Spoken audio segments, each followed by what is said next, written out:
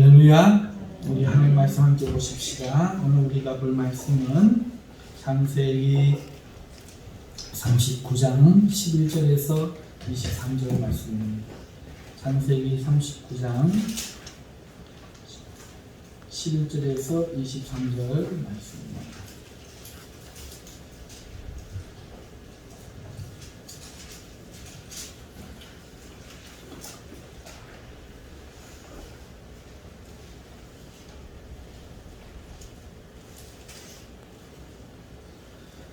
창세기 39장 11절에서 23절 말씀 우리가 함께 공독하시겠습니다. 공독하실 때 제가 한 절, 여러분 한 절 그렇게 읽겠습니다. 본문 말씀을 가지고 의로운 자의 힘이라는 제목으로 말씀을 증거하고자 합니다. 여러분 의롭다, 죄가 없다는 말이고 의롭다 하는 말은 의롭다는 말입니다. 의가 있다, 옳다 하는 말이죠. 우리가 하나님 앞에 서서 말씀을 들을 때에 의가 있는 사람은 말씀이 들려요. 이 말씀이 들린다는 것은 무슨 말인가 하면은 하나님의 은혜가 있다는 말입니다. 은혜가 아니고는 하나님의 말씀이 들리지 않거든요. 그래서 우리가 은혜를 받으면 하나님을 가까이 하는 마음, 하나님 말씀을 사모하는 마음이 생겨요. 요셉도 남이 아니고 하나님도 내 아버지가 되고 그렇기 때문에 반가운 거예요. 기쁜 거예요. 하나님을 가족으로 생각하고 있는 사람은 가족의 이야기가 너무도 잘 들리는 거죠. 반갑게 들리는 거죠. 이 험한 세상을 살아갈 때 세상을 보십시오. 세상 사람들은 악한 모습으로 살아가지 않습니까? 나와 다르잖아요. 어느 순간 어떻게 거듭났는지 모르지만 나는 하나님의 사람으로 거듭나서 세상의 방식이 아니라 그들 가운데 미운 오리 새끼, 다시 말하면 집을 잘못 찾은 백조가 돼가지고 뭔가 다른 모습으로 살다가 교회 와서 하나님 말씀을 들으면 여기에 내 고향이, 여기 내 집이 있구나, 그 깨달아지잖아요. 그러니까 반갑죠. 여기 내 이야기가 있구나, 반갑죠. 저희 할아버지도 할머니가 예수님을 믿는다니까 외할아버지가 그러셨대요. 그 일제 후기 그때 예수님을 믿으니까 예수를 믿을 바에라 내 손을 믿어라, 이렇게 손가락을 믿어라 이렇게 했는데, 아니 성경을 읽어보니까 자기 이야기가 써있다는 거예요. 그래서 자는 할머니를 몰래 깨워서 성경을 몰래 읽다가 깨워가지고 여기 내 이야기가 써있다, 여기 우리 이야기가 써있다. 이러고는 예수님을 믿고 영광스럽게 하나님께 부름을 받았습니다. 여러분, 우리가 은혜를 받는다는 것은 의가 있다는 얘기고, 의가 있는 사람에게는 하나님 아버지에 대하여 의가 있기 때문에 반가이 여겨서 그의 말씀을 들으려고 하고 하나님의 이 성경책 속에서 내 이야기를 발견하고 그리고 은혜를 받는 것이죠. 그러면 세상에서 받았던 상처, 눈물들이 깨끗이 씻어나가겠지만, 은혜를 못 받는 사람은 예배를 마치고 갈 때 아무것도 없어요. 아무것도 없어요. 허무합니다. 그냥 나가는 그 걸음의 뒷모습에 보면 죄의 짐이 꽉 물려가지고 분에 차서 그렇게 그냥 나가는 거예요. 가서 또 그렇게 사는 거예요. 그러나 은혜를 받은 사람은 어떻습니까? 할렐루야, 눈물 흘리며 감사하며 죄의 짐 주님이 십자가 앞에 내려놓고 기쁜 걸음으로 나가게 되잖아요. 그것이 바로 천국의 이치인 거죠. 오늘 그렇게 은혜를 받으시고 하나님의 놀라운 능력을 체험하시는 시간들 되실 수 있기를 주님의 이름으로 축원합니다. 지난번까지 이야기를 간단히 좀 소개를 하자면은 애굽의 지휘대장 보디발의 집에 요셉은 노예로 팔렸어요. 그런데 절망하지 않고 오히려 하나님께 소망을 두고 이 현실을 받아들입니다.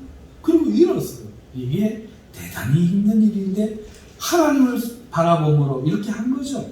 절망하고 자살할 생각하고 그리고 안 하려고 하고 하다가 매를 맞고 더 나쁜 처지가 되는데 그러지 않았다는 거예요. 하나님께 소망을 두고.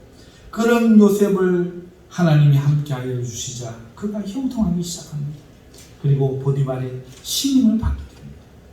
그러나 이런 요셉, 젊은 요셉을 바라보는 주인 보디발의 아내의 마음에 그만 음식이 일어나기 시작해요.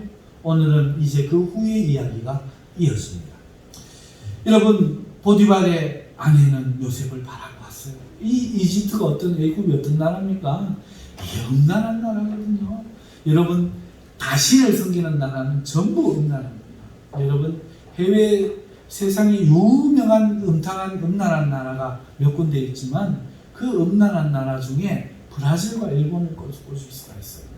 여러분, 브라질은 그 장난이 아니에요. 네? 여러분 한번 보세요. 그 축제도 있지만 그 축제 속에서 얼마나 합법적으로 사람들이 길거리에 쏟아져 나와서 음란하게 구는지 모르고, 일본도 그래요. 다신을 섬기니까. 브라질도 다신이지만 브라질에 가면 리오 축제, 그게 뭐죠?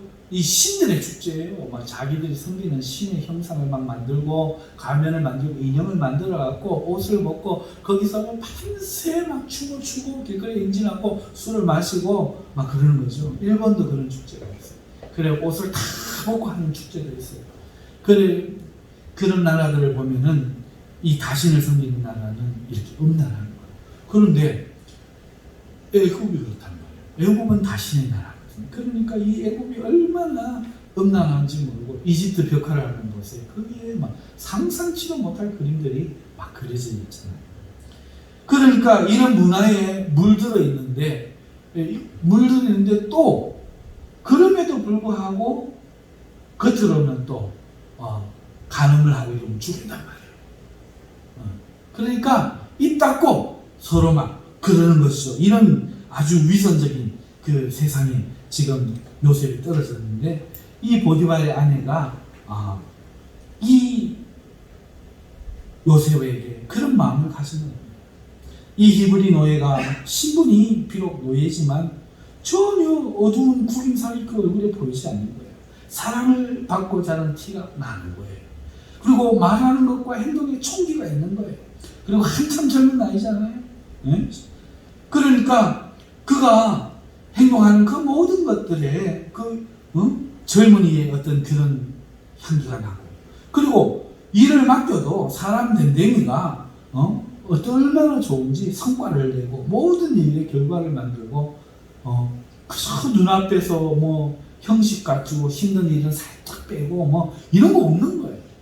정말 책임감 있게 시키지 않은 것까지 예상치 못한 것까지 예상해가면서 그렇게 일을 하기 시작하니까 외모뿐만 아니라 이 지성적인 매력뿐만 아니라 사람 됨됨이에서 오는 매력까지 나니까 이 여인이 이 요셉을 보고 연모의 정을 가진 거예요. 연모의 정. 사실 요셉이 이렇게 한 거는 요셉의 잘남보다는 하나님이 함께 하셨기 때문에 그렇습니다. 하나님이 함께 하셔서 그를 형통하게 하셨기 때문이죠. 하나님의 영은요, 지혜의 이야기예요. 그렇죠. 잠언서에서 계속 이야기하고 있지 않습니까? 여러분, 성령이 함께하는 사람은 미련할 수가 없어요. 성령이 함께하는 사람은 기가 막히게 지혜로운 겁니다. 학력과 상관이 없어요. 국민학교를 졸업한 사람도 국민학교를 졸업하지 못한 사람도 지혜로워요. 성령으로 함께하는 사람은 딱 깨뚫어 봅니다. 이게 그런가 저게 그런가 이거 없습니다. 성령이 함께 하시는 사람은요 딱 본질을 깨뚫어 봐요. 그렇지 못한 사람이 성령을 함께 하지 못하고 하나님에 대하여 지식으로 배우는 사람이 이게 그런가 저게 그런가 남의 종살이나 하지, 성령으로 보는 사람은 딱 보면 아는 거예요. 이게 특징이에요. 여러분, 요셉이 하나님이 함께 하시니까, 성령이 함께 하시니까 굉장히 지혜로웠어요. 또 성령의 영은 사람을 겸손케 하는 거예요. 그러니까 이 요셉이 지혜로울 뿐만 아니라 거만하지가 않았던 거예요. 지혜로운데 머리가 좋은데 거만하면 어떻게 됩니까? 머리가 좋은 거하고 지혜로운 것도 다른 건데 어찌됐든 거만하면 사람 보기가 싫은데 이 요셉이 지혜로울 뿐만 아니라 겸손한 거예요. 그러자 그 마치 장미꽃의 향기처럼 라일락의 향기처럼 향기가 되어서 사람을 감동시키는 거예요. 그러니까 어쩌지 못하는 거예요. 이 여인이 이 요셉을 보면서. 그리고 이런 요셉을 그런 그 집 사람들, 같이 종된 사람들, 일하는 모든 사람들이 사랑하는 거예요. 그리고 시기하지 않는 거예요. 왜? 사심없이 보니까 시기하지 않고 사랑하는 거예요. 그리고 보디발도 그를 철저하게 신뢰한 겁니다. 여러분, 그러니까 지금 모양새가 어떤 모양새예요? 보디발의 집에서 지금 요셉은 군계 일학처럼 모든 사람 가운데 돋보이는 사람이 된 거예요. 이슈가 된 거예요. 이야, 저 사람 저는 누구냐? 요셉 어떻게 저런 사람이 있을 수 있느냐? 모두가 놀라는 거예요. 자, 그러자 모두의 눈이 가자 사람 그런 거 있잖아요. 스타가 생기면 스타를 따라가는 팬이 있는 것처럼, 좋아하는 마음이 생기는 것처럼 이 보디발의 아내가 그렇게 한 거죠.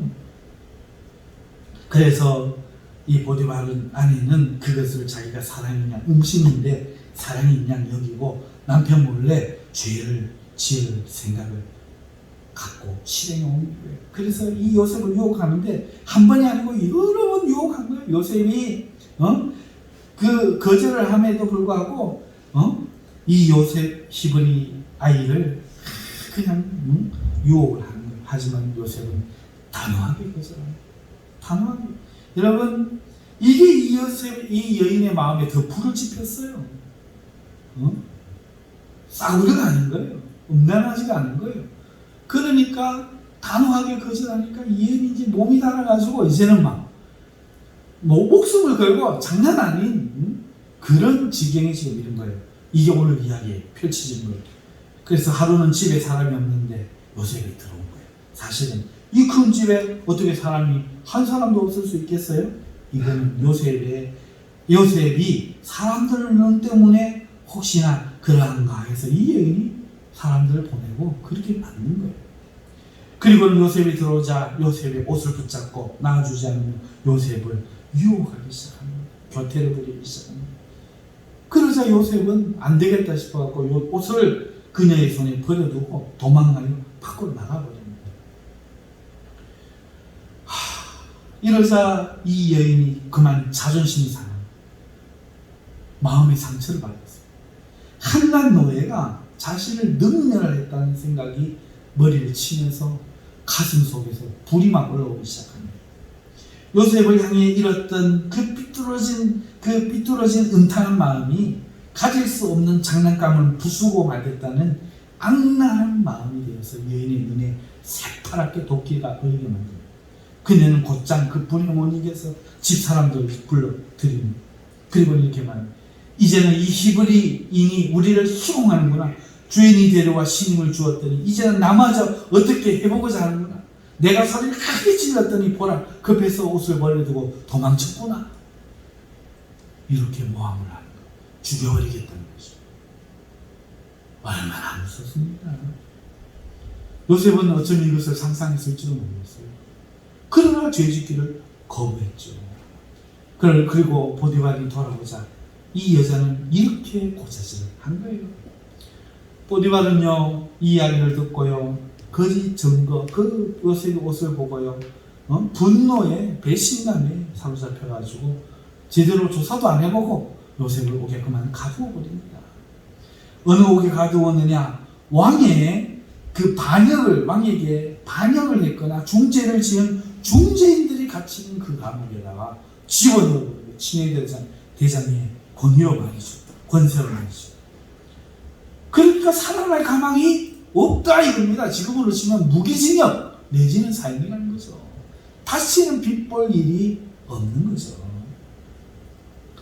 요셉은 하루아침에 노예에서 또다시 죄인으로 떨어진 거예요. 이게 얼마나 참 다르게 사는데 이게 웬 환란이란 말입니까? 그런데 하나님은 요셉을 잊지 않으시고 그에게 인자를 더하십니다. 오늘 성경에 보니까 인자를 더하셨더라 말하고 있지 않습니까? 여러분, 하나님이 인자를 더하시니까 어떤 일이 생겼느냐? 간수장이 요셉을 좋게 본 거예요. 그리고 은혜를 베푸기 시작합니다. 예? 그럼 그 마음이 어떻게 생겼느냐? 하나님이 요셉에게 인자를 더하시자 간수장 눈이 변하기 시작한 거예요. 간수장이 요셉을 보니까 요셉의 얼굴이 범죄자의 인상이 아니에요. 누명을 썼다는 것이 보일 정도로 그 얼굴은 밝았고 눈빛은 맑았던 거예요. 범죄자는 보면 알잖아요. 그 얼굴에 써놓거든. 나이 40만 보면은 살아온 게 보여요. 정말 하루하루를 하늘보다 한 점 부끄러움 없이 더 나은 남자, 더 멋있는 남자가 되려고 살아온 남자의 얼굴에는 중후함이 어리잖아요. 현기가 어리잖아요. 조금이 어리하잖아요. 그러나 사특하게 살고 그렇지 못한 사람의 얼굴에는 뭐가 막 그게 보이는 거죠. 지금 요셉의 얼굴은 아무리 어린 사람이라도 이 요셉의 얼굴은 전혀 범죄자 같이 보이지 않는 거예요. 그래가지고 그가 요셉에게 이런저런 작은 일을 한번 맡겨볼 거예요. 그런데 하나님이 함께 하셔서 요셉의 마음을 지켜주시니까 요셉이 이 일들을 허술하게 하지 않고 책임있게 하는 겁니다. 그래서 이런 요셉에 대해서 확신을 가지고 간수장은 그 옥의 모든 재반상을 요셉에게 맡기고 신뢰하며 단 한 번도 의심하고 이게 어떻게 된 거냐 물어보지 않았다고 하고 있어요. 여러분, 이것은 여호와께서 요셉과 함께 하심으로 요셉의 범사에 형통하게 하셨기 때문이다 말하고 있는 겁니다. 이게 하나님의 은혜를 받은 자지요. 이게 본문의 내용입니다. 여러분, 이 내용 속에서 우리가 발견할 수 있는 하나님의 은혜가 몇 가지 있지요. 지난번에도 이 동일하게 은혜를 메시지를 드렸는데, 여러분, 하나님의 은혜를 받는다, 이거는 세상의 미움을 받는다, 이것과 똑같은 거다 말씀을 드렸어요. 요셉이 그랬던 거죠. 요셉이 하나님이 주시는 꿈, 그 볕단이 절하고 하는 그 꿈들은, 해와 달과 이런 것들이 절하는 꿈들은 이게 그냥 꿈이 아니라 요셉을 통해서 하나님이 하시고자 하는 일을 미리 읽어주신 거죠. 왜냐하면 하나님 어떤 일을 하실 때는 선지자에게 그 일을 말씀을 미리 하지 않으시거나 하는 적이 없다, 성경이 말하기 때문에. 요셉도 선지자거든요. 그리고 앞으로 어떻게 될 건데 내 유해를 어떻게 해라 말했잖아요. 이 선지자는 얘기예요. 선지자는 예언을 하거든요. 그러니까 지금 이 요셉에게 하나님은 어린 나이에 선지자로 삼으셨기 때문에 자신이 행할 그 놀라운 일을 꿈으로 꾸게 하신 거예요. 자, 그러자 형들에게 유혹받는 거죠. 그리고 노예로 팔리는 겁니다. 하지만 은혜를 인하여 받는 그 고난에는 반드시 하나님이 함께합니다. 죄를 지어서 받는 고난은 하나님이 함께 하시지 않고 구원해요. 함께 하시지 않고 구원만 합니다. 하지만 하나님의 은혜로 받는 그 고난에는 하나님이 동행하여 주신다 하는 거죠. 그래서 그를 구원하셔서 포디발의 집에 팔렸으나 은혜를 잊게 하시고 형통케 하신 것인 거죠. 그런데 거기에서도 요셉은 의롭게 행하였으나 하나님의 은혜를 받는 그것을 악한 마귀는 가만두지 않고 포디발의 아내를 통해서 또 문명을 씌운 겁니다. 여러분, 성도는 이 요셉과 마찬가지예요. 하나님의 은혜를 잊고 하나님의 뜻대로 살면 반드시 환난이 있는 거예요. 하나님 뜻대로 했더니 잘 되었다, 이거 이상한 반증이에요. 그건 절에 가면 하는 건데 그게 교회 안에 있어요. 하나님의 뜻대로 되면은 형통케 하시고 인자하심이 더하지만 반드시 환난과 핍박과 박해가 함께 있는 거예요. 이거는 진실이에요. 진실이에요. 예수님이 형통했습니까? 형통하셨죠. 그러나 환난과 박해가 없었습니까? 얼마나 많았습니까? 바울은요. 성경에 안 그런 사람 어디 있습니까? 환난 없었던 사람이 어디 있어요? 그렇지 않습니다. 하나님께 은혜를 받고 하나님이 함께 하시는 사람은 반드시 누명을 쓰고 박해를 받고 미움을 받고 세상에부터 그렇게 되는 거죠. 그러나 그때부터 오히려 하나님과의 동행이 시작됩니다. 하나님이 그때부터 그와 동행해 주시는 거예요. 에녹이 300세 몇 세에 자녀를 낳았나요? 300세에 자녀를 낳았나요? 자녀를 낳고 하나님과 동행할 때 성경에 기록이 안 돼 있지만 뭔가 일이 있었단 말이에요. 고난의 일이 있었단 말이에요. 그 이후에 하나님과 동행하게 되는 거예요. 여러분, 사람이 그냥 하나님과 동행하지 않습니다. 그러니까 고난은요, 이정표예요. 딱 그 사람이 고난에 들어서면 하나님을 원망하고 떠난 사람이 있고, 고난에 들어서면 오히려 하나님을 더 찾는 사람이 있다 하는 거죠. 그때부터 하나님과 동행이 시작하는 거예요. 하나님의 꿈이 펼쳐지는 겁니다.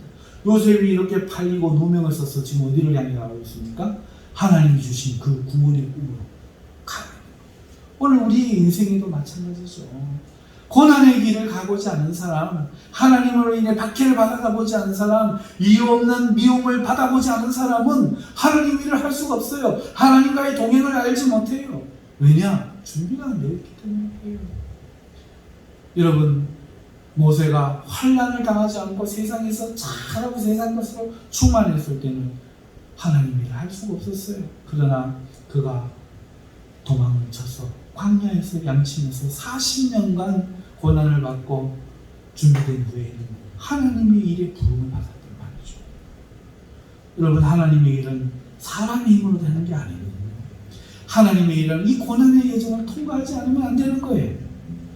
아브라함도 진짜 참 믿음을 아들을 주시마 하고도 25년 동안 아들이 없었던 그 세월을 거치면서 수많은 일을 겪으면서 이제 자녀를 얻을 수 없는 처지가 되어서야 비로소 믿음을 가지게 되었단 말이죠. 그러므로 하나님으로 말미암아, 은혜로 말미암아, 하나님 주신 꿈으로 말미암아 시작된 고난과 그 환난 속에서 비로소 하나님과의 동행이 성도는 시작되는 거예요. 그리고 하나님의 꿈이 펼쳐진다. 이게 오늘의 첫 번째 메시지입니다. 여러분, 두 번째 메시지는 뭐냐? 여러분, 이럴 때 우리가 있잖아요. 바로 서야 돼요. 이 환난을 당할 때 바로 서는 게 얼마나 힘든지 몰라요. 요셉은 억울했죠. 억울했습니다. 그렇지만 하나님에 섰고, 하나님 앞에 섰고, 그리고 의롭게 이겨냈습니다. 이게 중요한 거예요. 제가 중학교 때 있었던 일을 여러분에게 말씀드리면서 저는 그러지 못했습니다. 고백했던 것처럼 여러분, 환난을 당할 때 바로 쓴다는 거, 아이고 좋을 때 하나님 찬양하는 거 누가 못해요. 가정에 풍파가 닥치고 자녀가 아프고 자기의 사업이 무너질 때 그때 믿음이 보이는 거예요. 믿음 없는 사람은 그때 인상이 찌그러지는 거예요. 그때 원망이 나오는 거예요. 그때 불평, 불망, 투정이 나오는 거예요. 그때 비로소 본심이 나타나는 거예요. 그러나 하나님을 경외하는 사람은 그때 비로소 할렐루야! 우리 하나님을 찬양하리로다. 주신 이도 하나님이시오, 가져가신 이도 하나님이시로다. 하나님 찬양. 가짜는 그때 드러나는 거예요. 좋을 때 안 드러나요. 그러므로 요셉은요, 오늘 이 억울한 일을 당했을 때 절망하고 원망하고 실에 빠질 수 있었으나 그러지 않고 이겨냈다. 죄 없이 팔렸으나 원망의 자리에, 한탄의 자리에 결코 머물지 않았습니다. 원망하고 한탄하고 자신의 신세를 저주하지 않았습니다. 그는 하나님을 향한 경외에 맞은 마음을 가지고 그 소망을 삼아, 하나님을 소망을 삼아 그 자리에서 현실을 받아들고 일어난 거예요. 그러나 이 하나님을 소망을 삼지 않은 사람은 현실을 인정하는 거예요. 여기서 내가 무엇을 할 수 있을까? 어떻게 해야 될까 생각하지 않고 이렇게 만들어 놓친 현실에 대해서 원망하고 불평하고 탓하고 저주하고 그러는 거예요. 그러면 망하는 거예요. 그러면 죽는 거예요. 제가 어렸을 때 이야기를 말씀드렸죠. 그렇게 했더니 저의 인생이 막 그냥 낭떠러지고 떨어져요. 이제 저는 그걸 경험했기 때문에 두 번 다시 그러지는 않아요. 이제는 아는 거예요. 아, 걱정, 염려하는 게 머리카락 하나를 희게 할 수 없는 것처럼 원망하고 불평한다고 해서 문제 하나 개선 안 되고 문제는 더 나빠지는구나. 이게 바보구나. 이제는 철저하게 몸을 깨닫는 거예요. 원망, 불평 해볼 필요가 없는 거예요. 남탓 해볼 필요가 없는 거예요. 전부 내가 하나님 앞에 소망을 두고 그 문제를 가지고 하나님 앞에 나아가 하나님께 맡기고 하나님을 소망 삼아 일어나야 되는 겁니다. 우리 성도들에게 그 은혜가 있기를 주님 이름으로 축원합니다. 그리고 이렇게 하자 비단 길이 펼쳐진 게 아니라 반대로 이렇게 하자 죄의 유혹이 다가옵니다. 이게 미치고 팔딱 뜬 일이죠. 네? 죄의 유혹이 다가오는 거예요. 죄의 유혹이. 이렇게 하면은 꽃길이 펼쳐져야 되는데 그때부터 본격적으로 누명도 받고 죄의 유혹도 받고 가만두지 않는 거예요. 마귀가 우는 사람도 찾아다니다 이미 자기 새끼는 저건 내 밥이다 라고 두는 거예요. 그러나 환난 가운데 감사하고 꺾이지 않고 의로우고 죄를 짓지 않고 죄를 이겨내려고 하는 사람은요, 마귀가 막 다가와갖고 삼키려고 저거다. 왜? 어두운 시커먼 거 가운데, 시커먼 세상 사람들 가운데 하나님의 햇빛을 반짝하고 반사시키는, 유리로 거울로 반사시키는 그 사람이 성도거든요. 감사가, 하나님을 향한 소망이 반짝하고 반사를 시키니까 저 멀리서도 눈에 띄는 거예요. 그렇지 않은 사람은 찾아오지도 않아요. 가만 놔두면 죽는데, 원망하고 있으니까, 좌절하고 있으니까, 낭망하고 있으니까, 불평하고 있으니까, 가만 놔두면 그 뱀의 독이 그게 퍼져가지고 막 저절로 죽어간단 말이에요. 가정 깨지고, 인생 깨지고, 건강 깨지고, 신앙 깨지고, 다 깨져버립니다. 놔두면 돼요. 그런데 문제는 이걸 이겨내고 하나님을 향해 믿음을 가지고, 믿음이 반짝하고 막 빛을 내는데 막 하나님의 빛은 그 거울에만, 믿음의 거울에만 비치거든요. 절대로 반사 안 됩니다. 딴 데는. 그러니까 마귀가 가만히 안 두는 거예요. 사랑하는 성도 여러분, 그러므로 이걸 각오하셔야 돼요. 그런데 두려워할 게 없어요. 왜? 마귀도 공격하지만 누구도 함께합니까? 하나님도 함께 하시는 거예요. 여호와께서 함께 하시는 거예요. 만군의 주께서 함께 하시는 거예요. 할렐루야. 하나님이 함께 해주시기 때문에 걱정할 필요가 없다. 두려워할 필요가 없다. 하나님이 함께 하시는지 안 하는지 뭘 보면 아느냐. 두 가지 현상이 나타납니다. 하나님이 함께 하여 주시면은, 하나님이 함께 하시면 형통해지고 인애가, 인자가 더하는 이 현상이 나타나는 거예요.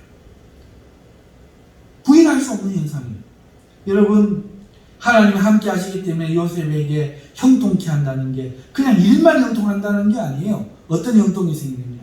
다른 사람은 원망하다, 죽을 이유만 말하다가 무덤 속에 들어가는데, 살아있는 사람들은 살 이유를 말하는 마음이 생깁니다. 바로 소망입니다. 현실에 불구하고 마음의 소망을 말하기 시작하는 거예요. 나는 할 수 있다. 우리는 잘 될 거야. 우리는 하나님이 도와주실 거야. 형편은 안 그런데 저기 뭐 정신병자인가 싶을 만큼 긍정적인 마음을 가지고 믿음의 말을 하기 시작합니다. 하나님 때문에 일어설 수 있다고 말합니다. 응? 소망이 생긴 거예요. 그 마음의 형통부터 시작되는 거예요. 그리고 어떤 형통이 나타나느냐. 마음의 형통이 일어나면, 소망이 생기면, 두 번째는 이게 그 육신의 형통, 지혜의 형통이 생깁니다. 그래가지고 억울한 환경에도 불구하고 그가 지혜롭게 되어 하는 일이 형통해지는, 이 육신의 형통도 일어나는 거예요. 그리고 또 어떤 형통이 일어나느냐. 일의 형통이 일어나고 나면 관계의 형통이 일어나는 거예요. 다른 이에게 유익을 끼칩니다. 하나님 은혜가 하나님 사람은 뭔가 한 게 생기면 그걸 지 혼자 끌어안고 살려고 합니다. 그러나 이런저런 해보셨잖아요. 예수님은 바로 믿고 섬기려면 맨날 내 것도 못 챙기고 내하고 너무 좋은 일 다 시키고 그렇잖아요. 그죠? 경험을 해보셔서 알 거예요. 여러분, 하나님이 함께 하시는 사람은 다른 이에게 유익을 끼친다는 거예요. 그러나 그때 억울해하지 않고 겸손하게 기꺼이 보디발의 집에 요셉이 유익을 끼쳤던 것처럼 유익을 끼치면서 겸손함으로써 사랑을 받게 되는 관계의 형통이 일어나요. 처음에는 마음의 영적인 형통이 일어납니다. 두 번째는 이 삶의 형통이 일어납니다. 세 번째는 관계의 형통이 일어납니다. 이 형통이 있느냐가 하나님 함께 하시는 증거예요. 이게 안 생기면은 하나님 함께 하시지 않는 거예요. 두 번째, 하나님과 함께 하시면 어떤 현상이 일어나느냐. 이게 하나님을 경외하기 때문에 의를 지키려고 하다가 공연한 누명을 쓰게 되는 이런 일들이 생기지만 하나님의 인자가 더해지는 거예요. 그래서 도와주는 사람이 생기는 거예요. 하나님이 형통한다는 것은 누명을 안 쓰고 나쁜 일이 안 생긴다는 얘기가 아니에요. 악한 마귀가 미워하니까 당연히 그런 일이 생기지만 그럼에도 불구하고 그 길을 두려움 없이 가면 구원의 길이 열린다는 거예요. 도와주는 사람이 생긴다는 거예요. 여러분, 죽으면 죽으리라 책을 썼던 안일수 여사의 글을 읽어보세요. 가는 데마다 옥중에서든지 어디서든지 도와주는 사람들이 생기는 거예요.